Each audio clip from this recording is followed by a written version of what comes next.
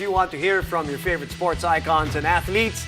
I'm Boom Gonzalez, and in tonight's game plan, we'll go over the big-time performances from the opening weekend of the UAAP Season 85 Men's Basketball Tournament. We'll also put the spotlight on the new champions of the Spikers turf, the NU-Santa Elena Nationals. Buckle up, sports fans. Let's get in the game.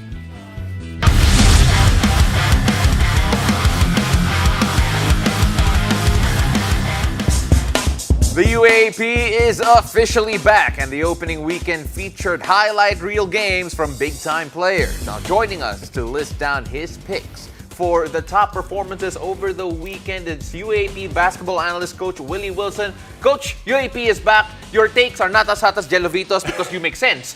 A lot of great games, a lot of great performances, and what a weekend! It's crazy. What a weekend! Yeah. I'm jealous for the both because you were actually there, but it's crazy. Let's start off first with UST Boom. Nick Cabañero, you wanted to point him out. Well, let's talk about UST in a whole. Yeah. A lot of people counted them out. New coach. They lost a couple key players in Sherwin Concepcion, being one of them, but they still have Nick Cabañero. What did he do in that game? Well, he only missed one two-point shot. Didn't shoot as well from the three-point area, but 33 big points. He did have 9 turnovers, but again, you can't do everything right, and I see a really bright future for this USC team if they put all their money behind Nick Cabañero.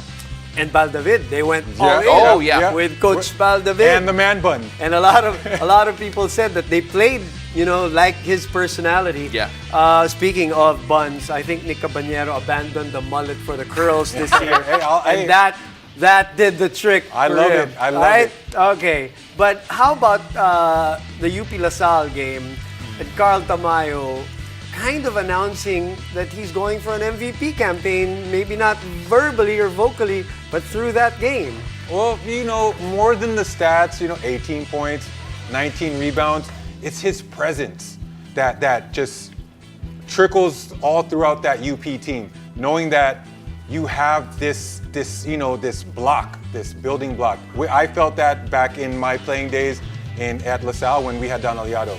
You always knew that you have this guy that's going to come in here and put up the numbers for you to be competitive every night. And, aside from the numbers again, he has that tenacity and that clutch gene. Yeah, it's when he scored also. Exactly. Not only in that last game, but even, I know Paulo remember this, that Final Four game, it was also in the fourth quarter where he erupted. It feels like, not to just keep on harping on Carl Tamayo, but then comparing his opening game here to that Final Four game against LaSalle, it felt like he was a lot more composed, which is scarier for us. But then he has this whole new level of calm when he approached that game in particular. Well, that comes along with knowing that, hey, we're the champions. I've been on a bigger stage, playing in the finals. I played in all these international games. This is a college game.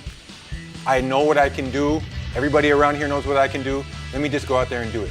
All right. Now, yesterday, you and I had the pleasure to do the UE National University game, and all eyes were on the debut of Kian Baclahan. Maybe what is Mike Malonza going to do this year? JLC. But it was Jake Figueroa who stole the show. Well, he announced his intentions in that game with that emphatic in-your-face jam. Yes. At the start, right? At the start. You're right. And it's good that you highlighted all those other players because it really was, a team effort for them to get that win, and they really did it on the defensive end. But going back to Jake Figueroa, 1 rebound shy of a double-double, and it's his defense. He's that reliable defense, him being able to stifle his man in one-on-one coverage and also play that team defense. Remember, they go from 1 to 4 at the same height, including Patrick Yu there. So them being able to switch everything is great for their defensive system, and I think Jake Figueroa keys that. It's incredible, of course, to see what he did, and despite all the other names you mentioned there for NU. But the fourth player we're going to talk about here, Sportsky. I don't know why that was the order, but then here we have it. Fourth for Ateneo. My goodness, that guy it felt like the way he took over towards the end was just a player beyond his years. Well, I could have went in other directions with that Ateneo team. Obviously, you have Ange, you have Dave Ildefonso, but I think the shoes that Fortsky had to step in, SJ Belangel's shoes that he had to step in, I think he did a great job. Career high with 19 points, and then those big three-point shots to get ahead and keep them ahead. But aside from that, the court vision, him leading the break, knowing where all his teammates are, he's a pure point guard in every sense of the term, pure point guard. We saw glimpses of that last year in the few minutes that we saw, but for those who knew him from high school, they knew about the kind of game that he had. So now he's really coming into his own, and that's what the UAP is all about. Someone leaves, somebody's got to come in and step up. In the case of UE, the game that we did, there's just a renewed energy, and for that in itself, it's such a great thing to see for a team that was, at the bottom of the standings last year, needed any kind of organization. They got that. They got talent. They got height. Who stood out for you? Well, I think UE is going to surprise some teams this year. They're better than a lot of people think they are. They're bigger now this year. Way bigger. And they have this player, Luis Villegas. He really, really impressed me last game, being able to play the 3 position and the 4 position. Why? He's all over the place defensively, blocking shots, getting steals, being in the right place at the right time. He can shoot the 3. He can attack the basket. He has great footwork. Tall and long. 6'6". Yeah. Wingspan, strong. Unfortunately, he wasn't able to finish that game. I think it was cramps. Right? But I see a really, really bright future for him and this UE squad this season. We still have a bit of time here, so we're going to throw a bonus one here at you, Coach.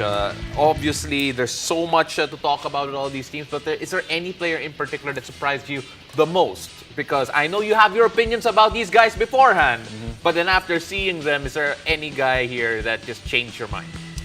Well, okay, I'll go in a different direction. Everybody was so high on Kiambao of LaSalle. Again, I don't want to be too hard on the kid. It was his first game. I know exactly how it feels to be playing in your first UAAP game. The defending champs. Yeah, exactly. I felt like I had cinder blocks on my feet. They were stuck in cement. I want to just say that with regards to Kiambao, we've seen what he can do. There was a reason why he's on that national team. Right. Okay? It was just one game. Right. There's still many, many games for him to play. And I still believe that he is the key to unlock De La Salle's, hopefully championship aspirations this season. We haven't seen that playmaking side too much of him yet, and Exactly. we're hoping to see that in the games to come. And speaking of the games, don't miss out on all the UAP basketball action. Catch the games live every Wednesday, Saturday, and Sunday on One Sports and the UAAP Varsity channel. All right, so Coach Willie, thank you very much again for joining us here. And after the break, we'll find out about the Nationals' historic journey to the 2022 Spikers Turf Open Conference crown. Stay tuned. You're watching The Game.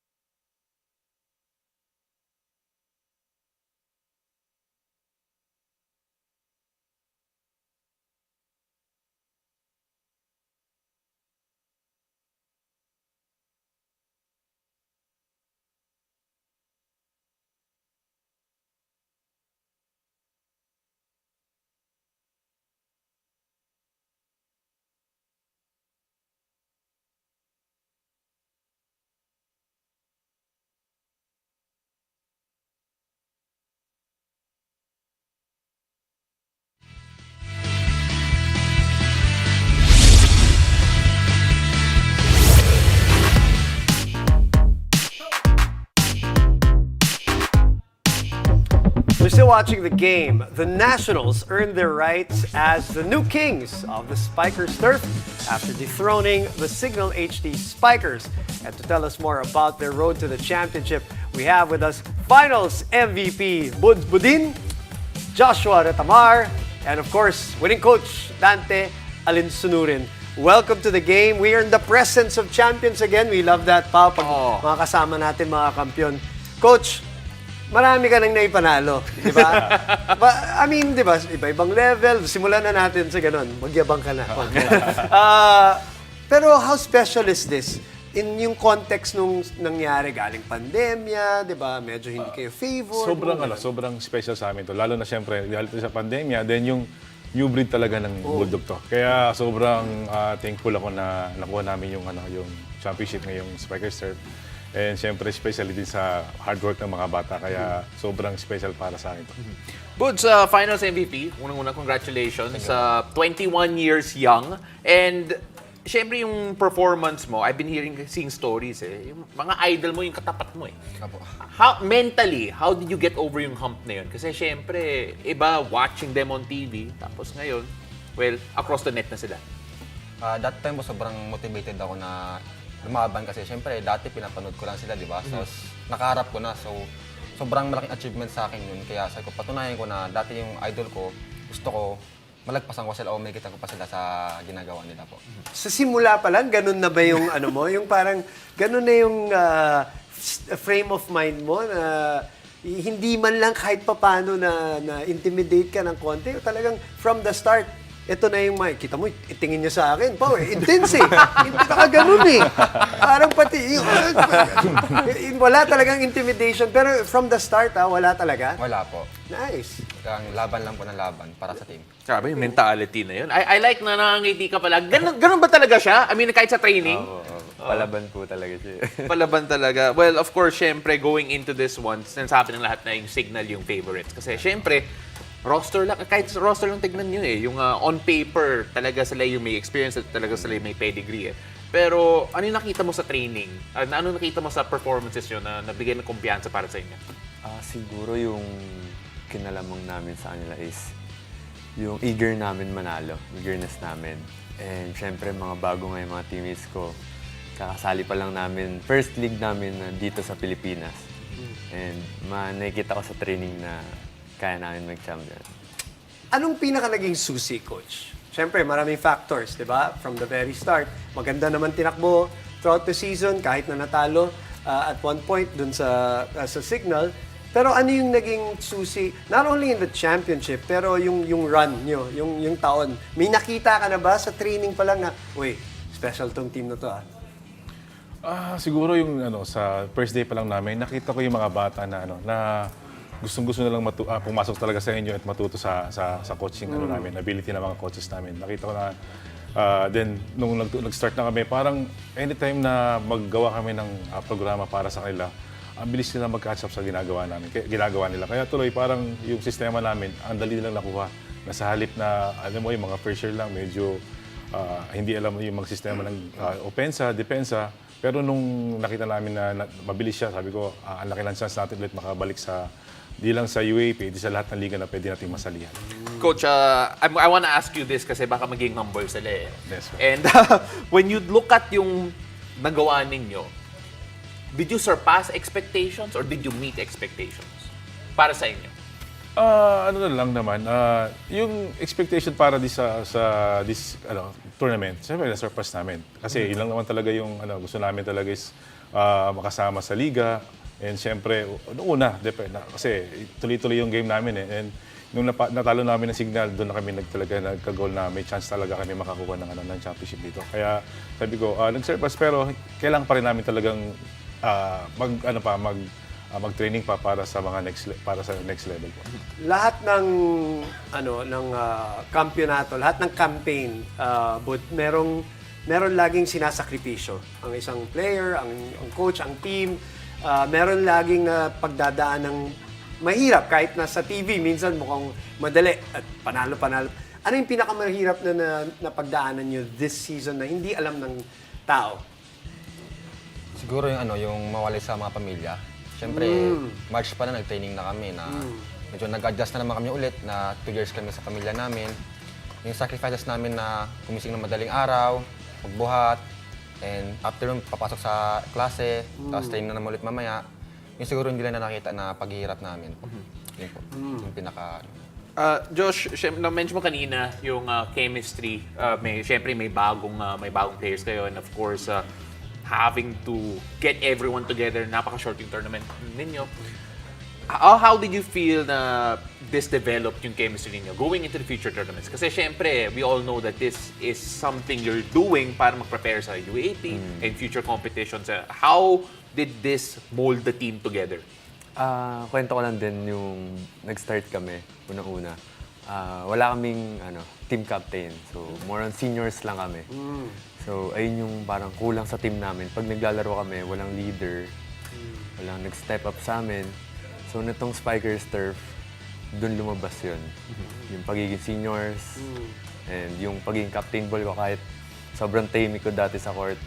Nagulat ako, naging ganun ako sa team ko. And ayun, maganda yung kinalabasan. Na-injure ka ba nung Game 2? Game 2? Oo. Meron bang nangyari sa'yo nung Game 2? Game 1 po yun. Game 1 ba? Yung ano ba yun? Cramps? Or was it Cramps cramps? po. Was it cramps? Kinabahan ka ba, coach? Hindi naman kasi nung pa naman bago kami maglaro, alam ko na mangyayari sa kanya kasi nagaling talaga sa sakit talaga. Pero alam ko naman na lalaban talaga siya kasi sabi niya sa akin. Yun ang gusto natin. Lalaban Pushing through. Pushing through. Okay. Fighting the pain barrier. Okay. But guys, we're not done with you yet because our special segment with the Spikers Turf champions continues after the break. We still have the Nationals as they talk about how their passion for the game started and more. Stay tuned. You're watching The Game.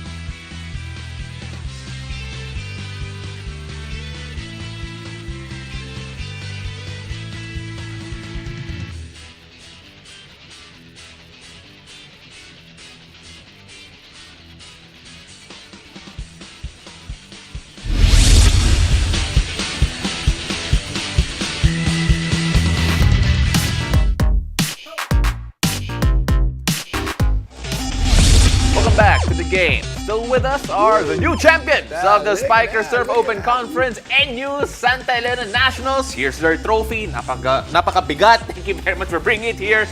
Let's get to know the Nationals a bit. We're here with Buds Budin, Joshua Retamar, and Coach Dante Alisunurin. Gusto ko yung mga off-air na kwentuhan eh. Okay. Well, sige na nga. Oo.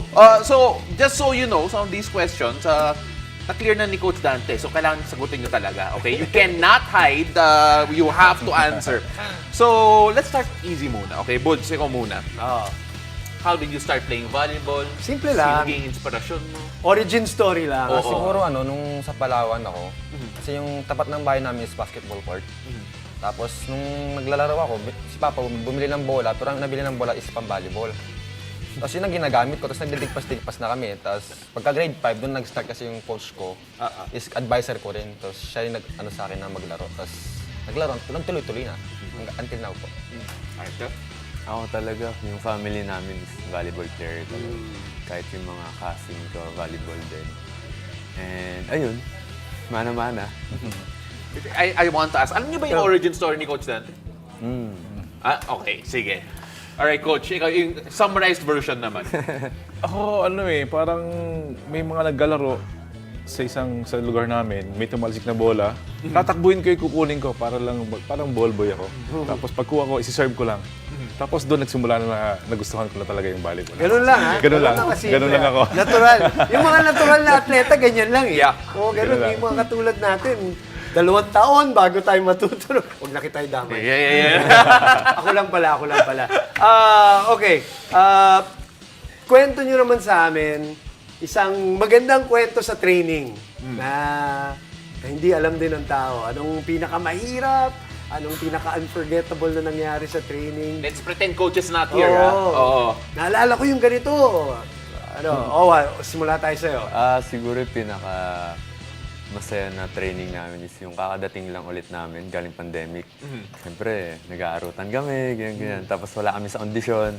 And then, meron kaming teammate na mapayat. Tapos, pumalo siya. Pag backpedal niya, dire-diretso siya tumumba. Kasi wala siya sa kondisyon. Tapos hanggang sa tuloy-tuloy na iba, mga teammates, gano'n na din. Nagkakatuwaan lang kami. Gawa ng bumalik na naman niya ulit yung volleyball. And then, ayun. Akalain mo, wala sa kondisyon, tapos itong kinalabasan. Oo nga eh. I mean, Siguro sa akin yung bonding namin sa loob ng court and outside the court din siguro na after the game, yun, naliligo kami minsan sa dugout, harutan, batuhan ng mga gamit, ganoon po. And asaran din po minsan ng mga rookies and sa mga seniors din po. Yun din po siguro pinakamasayang moment namin. Coach, can you explain yung feeling na nakita mo ulit yung mga bata mo, especially sa first physical training ninyo? Unang masaya lang ako dahil bumalik na kami, nagtitrain. Kasi yun naman laging sinasabi ko sa mga tao na yung volleyball sana makabalik agad. And sobrang happy rin ako na yun nga, pinabalik kami ng school dahil din sa may laron kami international. Kaya yun, sobrang happy ko, babalik na ulit sa volleyball. Medyo ganda na ulit yung magiging takbo ng men's volleyball team. Coach, sorry, go ahead. No, I wanted to ask, si Bud ba pinapagalitan mo sa training? Siyempre, lahat naman pinapagalitan. So, hindi yun yung tanong ko eh. Yung tanong ko, pag pinapagalitan mo ba siya, at tinitignan ka niya katulad ng tinitignan niya namin kayo, huwag kang tumawa po, ha? Nag-iiba ba isip mo o tinutuloy mo pa rin? Kasi nakaganon eh. Hindi kasi tinutuloy ko pa rin. Kasi kilala ko yung bata eh. During pandemic pa lang, nakinuha ko lang siya. Parang every time na pag may ginagawa siya, Coach, nagpapakondisyon ako. Coach, ito yung ginagawa ko. Minsan nga, may mga video pa nga siya na pinapakita niya na nagpapakondisyon siya. Intense, Coach. Yes, yun ang yes. sinakita itsura. Yes, no? tapos biglang, Coach, ano pa bang kulang ko? Ayun, kaya pinipilit ko talaga na talagang pasukin yung yung utak niya kung ito yung dapat ang gawin. Yung dapat. Ano pang hindi dapat gawin. Ang intense nung look niya. Ayan naman, 22 points, dalawang laro. Ayan. May killer stare eh. Like, it's undeniable eh. Pero, let's describe si Coach Yan! dito. Yung coaching style niya during training. Kamusta naman siya? Si Coach Dante. Yung during- totoo yung totoo Si Coach Dante kasi masarap sa pakiramdam mo, Coach. Kasi relax lang siya. And alam mo yung pag nagsalita siya, hindi ka ma-pressure na eto, dapat gawin mo, hindi ganun. Parang pag sinabi niya, kusa mo na magagawa kasi naiintindihan mo agad. Buds, totoo ba yan? Opo. Ito po. Kasi napakasimple magbigay ng instruction eh. Talagang biglang magpasok sa utak mo kung ano yung gagawin. Naaasar niyo ba si Coach? Sometimes, Naaasar niyo rin sometimes ba? po may mga ganun, may mga pag ano lang, asar-asaran. Pero pag training time po. Siyempre, ganun po. siyempre. Pag training naman, usapan yun. Well, Coach, can you describe yung team mo ngayon? Kasi syempre, not only have you come back from pandemic, played in international competition, tapos ngayon, you defeated a team full of national team players and champions kayo dito. Siyempre, sobrang masaya ako sa naging achievement namin ngayon. Kasi, yun nga, school-based kami, di kami Yes, club team, exactly. di ba? Daming bata. Lahat ng teams natalo namin and nakuha namin yung champion. Kaya sobrang thankful ako sa coaches din, and din sa support ng manager sa ginawa nila sa amin through exposure sa ibang bansa, then itong training na tuloy-tuloy. Kaya sobrang saya and sobrang hindi ko masabi talaga o ma-describe na kung gaano nangyari sa pagka-champion namin na to.